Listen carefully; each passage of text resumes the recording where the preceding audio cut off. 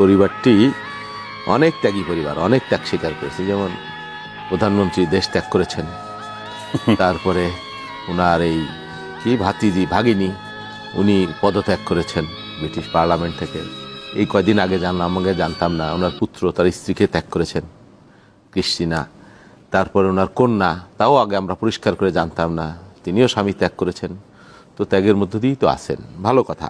এখন এই টিউলিপ সিদ্দিকী দেখেন, একটা কাল্ট তৈরি করা হয়েছিল বাংলাদেশে দীর্ঘদিন যাবৎ গায়ের জোরে, অন্যায়ভাবে। মুজিবীয় কাল্ট, আওয়ামী কাল্ট বা শেখ পরিবার, কতজন এমপি ছিলেন আপনি চিন্তা করতে পারবেন, আত্মীয় পরিজন প্রত্যক্ষ পরোক্ষভাবে। হ্যাঁ, একটা পরিবারের হাতে গোটা দেশ জিম্বি।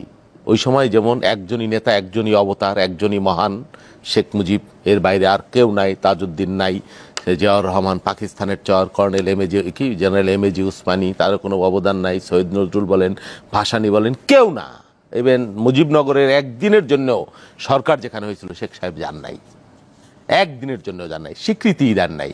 তার মানে আবার যদি তাজউদ্দিন আহমেদ একটু বড় হয়ে যায়, আর জিয়াউর রহমানকে তো দেনই না, 400 টাকার মেজর, পাকিস্তানের চর, এইসব বলা হয়েছে। এই পরিবর্তন এই হাসিনার আমলে আপনি তো জানেন, তার কথার বাইরে গাছের পাতাও নড়তো না এই বাংলাদেশে।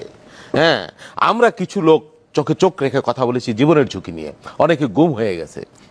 আপনার প্রত্যেক শ্রেণী পেশার মানুষ চাটতে চাটতে চাটতে চাটতে রক্ত বের করে ফেলেছে পায়ের। এরকম বাস্তবতা তো তৈরি হয়েছিল।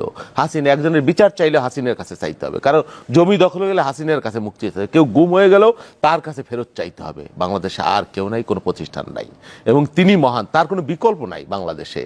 এই একটা পরিবেশ তৈরি করা হয়েছিল যে উনি চক্ষু মুদিলেই বাংলাদেশ বঙ্গোপসাগরে ভাসিয়া যাইবে, এরকম একটা বাস্তবতা তৈরি করা হয়েছিল।